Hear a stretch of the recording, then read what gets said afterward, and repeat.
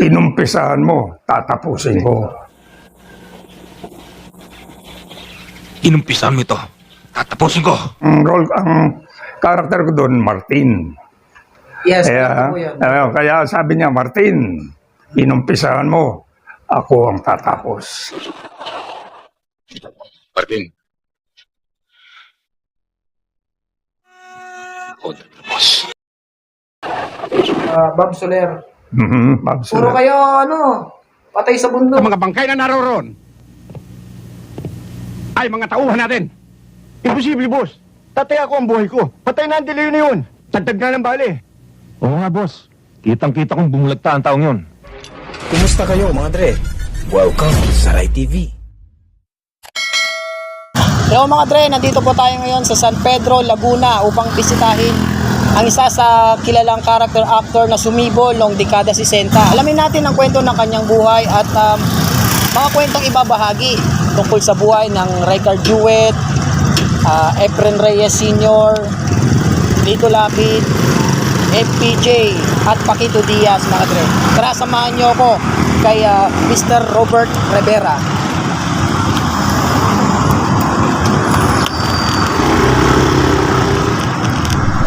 Hi sir.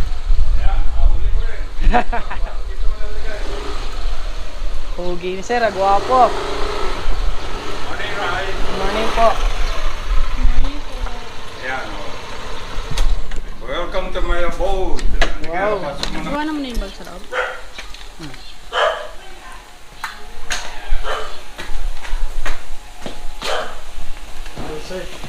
Yes. Magmerienda muna kayo. Sige po, okay. Hello sir. Yes. Good morning Sir Robert Rivera, ladies and gentlemen, mga dre. Good morning, Rai. Nag-meet na po kami ng Oh. isa sa idol natin. Maraming salamat nga po pala sir. Well, no biggie. Ako matagal nang tinatanong sa akin ng mga barkada ko. May barkada ako dito ng mga ka-jogging sa umaga. Ba't wala ka sa Rai TV? Sabi ko, hindi man ako masyadong kilala kaya Naku, hindi baka ako matuntun din ako niyan one of these days, which is ngayon natuntun na nga ako. Actually sir, Thank you. hindi nyo po naitatanong. Last year ko pa po kayo nakita sa sabi ko nasa stage si sir, paano ko po kaya may interview to? Tapos sabi ko, itry mong tayo kay Bell, subukan natin kontakin si sir. Baka mamaya, halimbawa, magbabakasyon siya or something. Kasi hindi ko po alam yung kung ano yung naging buhay niya doon or something na gano'n. Sabi ko, itry mo kontakin si Sir Robert. Kung sakaling magbakasyon siya dito, interviewin natin. And luckily, nandito po pala kayo. Nandito ako. I've been here for like, Ayun, meron pang nag-refer. Maraming nag-request po sa inyo, sir. Honestly, marami po sa mga followers po natin. Isa po kayo sa dahilan kaya pinuntahan namin ngayon si Sir Robert. Yan. At ngayong araw na ito, for sure, maraming kwentong ibabahagi sa atin si Sir Robert sa kanyang naging karera sa pelikula. Oh. Siyempre, unang-una, sir, kwento niya naman po sa amin kung paano po ba kayo nakapasok sa movie industry. Okay. Chapter 2 ng buhay ko. Chapter 2. After graduating ng high school, napunta ako sa Manila, nag-drive ako, driver, Yes. and then I became a family driver of RM Manlapat. Yung RM Manlapat, I don't know kung natatandaan mo yun, isang sikat na sastre noong araw yon. Okay. Okay, si RM Manlapat ngayon, yung anak, nagtayo ng combo. Naglagay siya ng nung panahon na yun, uso ang combo hindi band combo. Kung ang tawag. Okay, so it so happened na yung combo niya na-schedule sa Opera House. Okay. Ikaw, hindi mo na rin siguro alam yung Opera House. Alam ko siya, pero hindi ko na nabutan. Yung Manila Grand Opera House, yan yung nung araw dyan, nagpapalabas yung Ricard Jewett, basta mga live show na, yung live show. So, na-schedule doon yung combo ni Manlapat. Ako ang driver, bababa kami ng mga instrumento Yes. nung first night nila. Ito namang Ricards, last day shooting. So, nakatayo ko riyan, driver na tapos na magkakot. Nakita ko ni Carding. Sabi, anong trabaho mo dyan? Sabi ko, driver. Sabi niya, ako kailangan ko ng driver eh. Siyempre, bilang artista siya. Medyo bata pa ako noon. May Star Trek ako ng kote, Yes. Starstruck. So sabi ko, sige ka ako, nag-aaway nga kami nitong boss. Eh, ganun eh. O sige, sa akin ka na lang mag-drive. So, yun. Umayag ako, nagkasundo kami. And then, habang gumagawa siya ng pelikula, may mga pelikula siya, no? Nasama ako. Sinama ko, Mr. Wong versus 80s po Mystico. ito. 80s or... 60s. 60s Mid-60s, pa. yeah. Oh my God, Mid-60s. 60s Hindi ka pa pa. pinapanganak. Oo, kaya pala hindi ko alam. Oo, hindi ka pa pinapanganak. So, yun. May nakilala ko na yung isang director. Nagkasunod-sunod. Hanggang yung showbiz, naging ano ko na, naging racket ko na. Hindi na ako nag-family driver. Kumbaga, dahil kay sa Records Duet, na linya kayo sa showbiz. Tama. Kung kayo nagkaroon ng mga connection, ganito. Correct. Okay. So after ng, gaano kayo katagal naging driver ng Records? Mga siguro 2 years. Taon din. Sandali lang eh. Dahil noong 1967 or earlier, nag-abroad na sila, nagpunta ng Las Vegas. So, and they stayed there, matagal sila roon. Hanggang ako naman, nasa pelikula na, pa Guns, Yan. mga ganon, Apo. kay Pablo Santiago, Yes. kay yung mga director noong araw, na mga namayapa na. And then, until dumating yung 1977, laki ng jump natin, 67, 10 years after 1977, bumalik yung Records From Las Vegas. From Las Vegas. Okay. Ano sila noon? Sikat na sikat. Opo. So they had a show in Tropical Palace sa Parañaque. Ang daming nanonood. Hanggang nakita ng Leia na nandito pa lang Records. Okay? So nung makita Leia ng Production. Leia, oo. Nung makita ng Leia na nandiyan ang Records, nagkaisip ang Leia na gumawa ng pelikula na Records ang bida. Okay? Okay. So yung pelikulang yon, Gaya-Gaya Puto Maya ang title. Familiar ako. Familiar na ako. Okay. So yung Gaya-Gaya Puto Maya, ang director si Chat Gallardo. Okay? Si Chat Gallardo, naging close kami. Dahil pareho kami ng branch sa Sigarilyo. Una, yung ganon, Winston. Opo. Hanggang nung gumawa ng pelikula si Chat sa hindi na Records, sinama ko at naging assistant director niya ako. Sabi niya sa akin, mag-assist ka sa akin. Talaga? So, sabi ko, yes, direct, thank you. That's a privilege. So, naging assistant niya ako. May chat. Ni Chat Gallardo. So, Nag-assistant pa pala kayo? Di ba? nag-assistant director. Meron ako dyan, makikita mo yung isa-isa lang, Pablo Santiago, FPJ. Ako ang assistant doon. Okay. That was my last movie before I went to the States. Kasi nung 85, nag-migrate na ako ron eh. Maaga po pala yung nyo, 85. No. Parang mga 90s na. Hindi, 85. Kaya nga, hindi ko na nakasama sila Robin, si Bong, hindi na. Kasi nung malis ako, hindi pa sila. Mga junior. Wala pa yung mga yan, yung Ronnie Ricketts. So, yun, nandun ako na 11 years. Trabaho ko doon, chef. Wala eh, hindi mo nakuha. High school graduate lang eh. Opo. Eh, hindi mo ako marunong sa sales. Mahina ako sa ganyan eh. So, yun, naging chef ako doon. I worked 11 years. And then, I brought my first wife. Yung first wife ko, dinala ko roon. Yes. So, in the process, yung wife ko nung last 2020, she passed away, namatay, okay? Ngayon, teka mo na, balik tayo ng konti kay Chat Of Gallardo. course, sige po. Nung nag-assist na ako kay Chat Gallardo, meron kaming ginawang pelikula, Mariposa ang Dagat, na ang post-production sa FPJ Studio. Okay? Eh, andun ko na-meet yung first wife ko. Yung that street na na inuman ni Rani, ni FPJ, Across Xiao sa Mino. FPJ Studio lang. Ayun, across. So, sa Biak na Bato. Apo. Yung may-ari nung that street, yun yung mother-in-law ko at that time. Okay. Okay?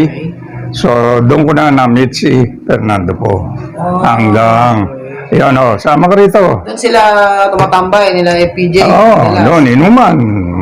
Paano yung first meeting niyo with FPJ? Paano yung set? Hindi, yung nagdadabing kami ng ng Mariposang Dagat. Okay. So, meron akong part doon na ako nagdadub. Nandun siya sa likod kasi studio niya yun eh. FPJ Opo, studio. opo, opo. Andun siya, nanonood na ganyan. So, nilagyan ko ng lines, ng dialogue yung linya ko. May sumunod sa likod, cut. Si FPJ. Hindi out of sync, sabi niya. Isa pa. Ayun, dinidirektan niya ako. Binabantayan niya talaga yung... Oo, hindi, kumbaga, parang maganang loob sa akin. Yung kanya, parang biro na, to get acquainted. Okay. Ayun. Medyo may pabiro pala yun. Ayun. Tapos kasi ganyan din yung si Chat Gallardo during the premiere days, premiere production. Lalong hindi mo alam yun dahil 50s yun. Yun. Hanggang nagka-ganon-ganon na bawat pelikula niya halos nung later on, nung mga early 80s, nakakasama na ako. Kami ni Pablo Santiago. Kasi po sir, naging tumatak po kasi yung character nyo, lalo-lalo na sa mga movie ni FPJ. Talagang lagi kayong nandoon, lagi namin kayong nakikita doon. So, siyempre, isa po kayo sa mga hinahanap talaga. Kumbaga, tawagin nga FPJ Boys. Ano naman ako, late comer na ako noon. Ang talagang mga original na FPJ boys, si Nonoy, nakita ko na-interview naman na yun, no? Apo. Nonoy Di Guzman, sila Victor Bravo, yan ang mga original. Vic Barion, yun yung mga yung I'll take off my hat to them. Magagaling yan, mahusay na tao. Lito Ansures, kung galing yan. Si Paquito, and I became close. Naging close kami dahil, Siyempre. meron kami naging something na common, Ganon, no. Yung first movie nyo with FPJ, ano po ba yun sir? Sierra Madre. Yan. Okay. Ako rin, assistant director na ako noon. Tapos artista na kayo doon. Tapos na akong mag-assistant kay Chat. Hindi na masyadong gumagawa. Nakuha na ako ni Pablo. Pablo Santiago na, ano ko rin yun. Benefactor ko rin yun. Natulungan din ako niyan. Kumusta Pablo yung Santiago. first movie nyo with FPJ? Share, ayun. Medyo andap ka. Talaga po. Dahil halimbawa, nakikipagkwentuhan si FPJ doon. Apo. Sabihin niya sa akin ni Pablo yung director. Robert, kailangan mo na si Ran eh. Hindi pwedeng tatawagin mo. Ran, manager, kailangan na kayo. Hindi pwede yan. Kaya kung ginagawa ko, gimmick. Hawak ko yung script. Yung merong parang ganyan, tawag doon, yung board. Andun yung script. Hawak ko ganyan. Nakikipagkwento siya, kunyari dito, tatayo ko doon, tatayo lang ako. Hindi kayo magsasalita? Hindi, Oo. tatayo lang ako doon, hindi ka titignan nun. Alam na niya na pag tatayo na yun, punta na sa set. Yan yung una. Hindi mo kailangan siyang ipopala sabihan na gano'n. Hindi. Oh. At yun, at the corner of his mind, alam niya yun na, huwag mo akong tatawagin. Alam ko. Parang respeto kasi yun. Ang galing ni Sir, nakuha niya yung kiliti ni FPJ.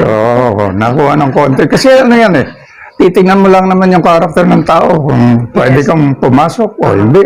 Tama po. Kasi pagka medyo naging adelantado ka, maano ka, you'll be in bad light. Correct, naniniwala ako doon kasi syempre, yung karakter kasi ni FPJ, parami na kasing nagsabi sa akin, Sir, na ganun nga. Na halimbawa, si FPJ may ginagawa, ganito, ganyan. Antay mo. Alam kasi ni FPJ yun. Marunong daw makiramdam. Parang gano'n. Sobra-sobra yun. Hindi mo pa sinasabi, alam na niya. Alam niya na. Kaya yung style ko na nakatayo lang akong gano'n, kakaintindihan na. Sayang, he could have been the best president ng Pilipinas. Hindi niya talagang linya. Hindi niya kapalaran. So after nun, Sir, nung Sierra Madre, tuloy-tuloy na yung movie niyo with FPJ? Yeah, nung halos every time nagagawa siya, lalo na pang director si Pablo, Apo. sama ko. Okay. Kasi naging ganyan ko na rin si Pablo. Ano ba yung tumatak na movie niyo with FPJ, Sir? Na para sa inyo talagang memorable? Umpisahan mo, tatapusin ko. Kasi yung opening ng pelikula, nung nahuli niya ako tumakas kami. Opo. Yun na eksena, nung tumakas kami, nahuli niya ako. Sarento! Huwag ka na magpaputok! Suko na ako! Yes. Nung dadalhin na ako sa Manila para ikulong doon dito sa Manila, nag-dialogue ako sa kanya, may mura pa Parang babalikan nyo siya, parang gano'n. May mura at ang nagpa-dialogue sa akin noon, siya mismo. Ay, Si ano sabi FPJ, niya sa- sabi niya, ang dialogue mo rito, putang ina mo, Sarento. Ayun, kaya yun ang dialogue ko, putang ina mo, Sarento. Inumpisahan mo, tatapusin ko. Inumpisahan mo ito. Tatapusin ko. Ayun, kaya yung ending, kasi kaya niya yung dialogue na yun nilagay. Kasi nasa mind niya, alam niya yung ending eh. Yung ending, pinatay niya lahat yung mga goons, sila Pakito. Ako yung huli. Ang character ko doon, Martin. Yes, Kaya, ano po yun. kaya sabi niya, Martin, inumpisahan mo, ako ang tatapos. Martin. Ako tatapos. Yan. Alam ko po yun, yung eksena na Okay, yun. okay, Kasi okay. nahuli, na-arresto po ba kayo nun, di ba? Oo. Bago kayo dalhin ng mga polis, tsaka kayo nagbitaw ng dialogue. Doon kayo nagbitaw. Pero sa ano, dyan sa mga YouTube ngayon, tinanggal na yung mura eh. Tinanggal na. Inedit out dahil... Na-filter na. Oo. Wala nga eh. Wala na eh. Wala Pero na eh. sa ano, yung movie, Opo, meron na. yun ang dialogue ko. Utangin na mo, Sarento. Oo, inumpisahan mo, tatapusin ko. Galing. Kumbaga kung iisipin mo, isa po pala kayo sa Nakamura. Kaya Oo. Pinagbabalik ako kayo ba namura ni Sir PJ? wala. Si Sir lang. Pero ang kaya ko siya namura dahil siya nagsabi sa akin namura. Sa story lang yun. Yeah. Sa story lang yun. Ang galing. At saka sir, di ba naalala ko yung kayo ni Mang Nonoy sa probinsyano? Ayan, oo. Yung pinanatan niyo yung kakambal niya.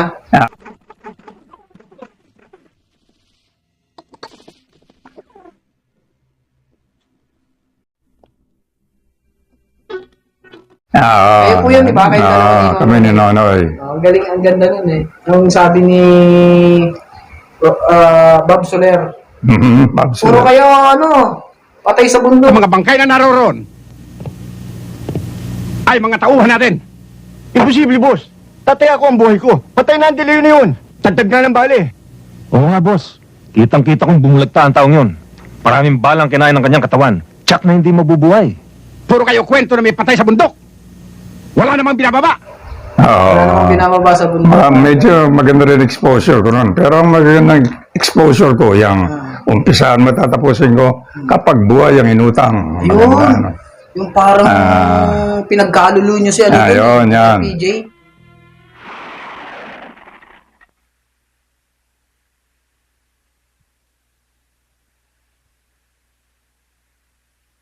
At meron pa isa, yung bago ko umalis papuntang States, isa-isa lang. Sinuntahan niya ako sa jail.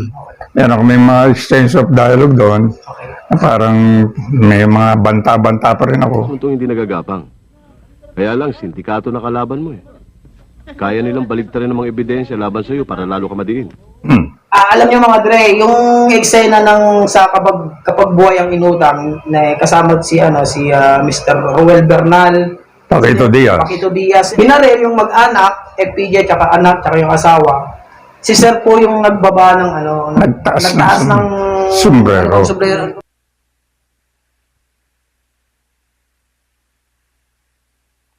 Siya po yun, si Sir po yun. Kumbaga, sinenyasan na, wala na, tapos na. Kuya na lang, wag na sir. Hindi po, hindi. Sir lang po. Kuya. Yun yung mga tumatak na eksena ni Sir. Kung maaalala nyo, si Sir Robert po yun. At saka ano po yung isa, Sir? Kwento nyo nga po sa amin yung isa-isa lang. Isa-isa lang. Yung tungkol naman to sa bilyar na yun ang tema nung pelikula, bilyar, and then may mga goons, Opo. sila Suba Herrero yata, yung nakalimutan ko na eh.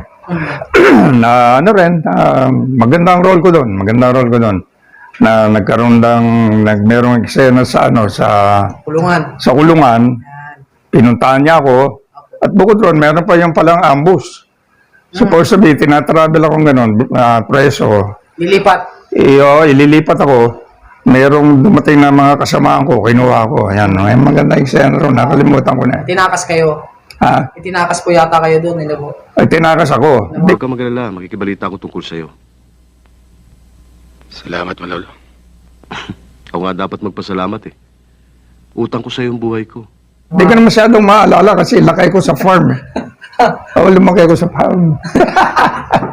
Nakita ba yun? Baka magalit sa atin si, si Alice Go. Kaya nyo na. Makiusap ka. Make the interview lighter Kasi side. syempre, alam nyo naman yung interview ni Rai TV, natural Ayan, na kwento. ayan, correct. Gusto ko magaan lang yung Walang serious physical injuries. walang masyadong. Sir, kwento nyo naman sa amin si FPJ, kasi alam nyo naman, mga fans ni FPJ, ang dami niya. Gusto Okay. naman siya bilang boss. Si FPJ, Kaibigan. ang karakter niya na hindi siya childish. Mali yung word na childish. Okay. FPJ is childlike. Pag sinabi mong childish, masama yun. Dahil, parang isip bata yung child. Pero pag sinabi mong childlike, that is a compliment. Yan si FPJ, parang bata yan. Oo, pag may tsokolate yan, ibibigyan ka niya, yan, sige. Yung mga bata na mababait, gano'n. Yan si Rani, At ang talagang he has a very good heart. Hindi siya, pag may mga nangangailangan, tinutulungan niya, gano'n. Lagi. At kadalasan, palihim. Hindi siya yung tutulong, may publicity, ayaw niya yun. Basta ang tulong niya, yung tutulungan kita, from my heart, walang publicity. Huwag Walang... nating pagsabi. Ganun. Sino ba yung inabutan niya sa CR pa? Ray Roldad.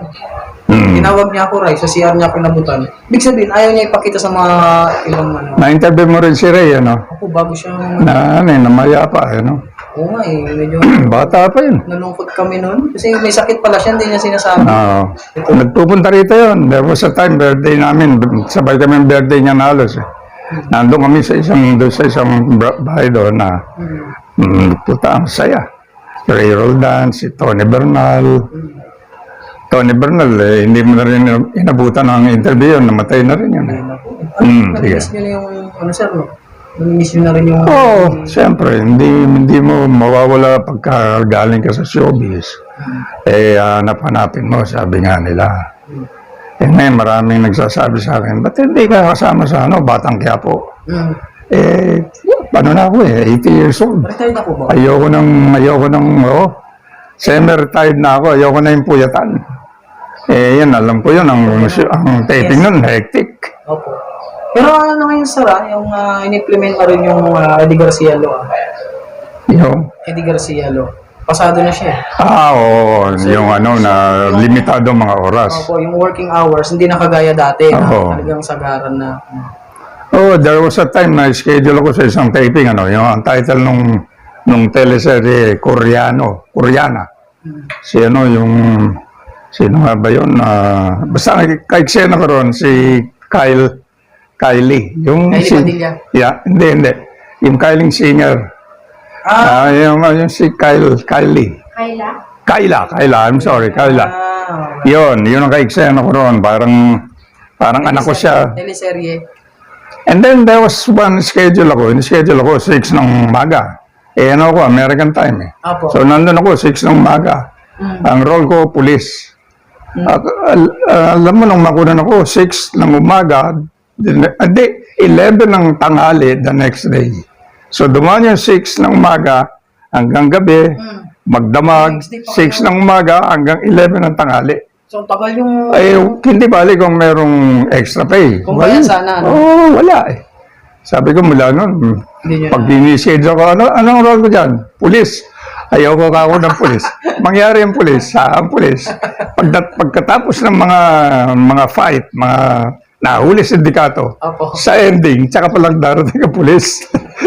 Kaya Sa lumang bodega. Alang namuta ka ako, anong role ko dyan? Pulis. Hindi, ayoko na. Ako, nasira na yung uniforme ko. Bukod kay LPJ, sino po yung mga artista pa po na nakasama? Meron po ba mga action stars like?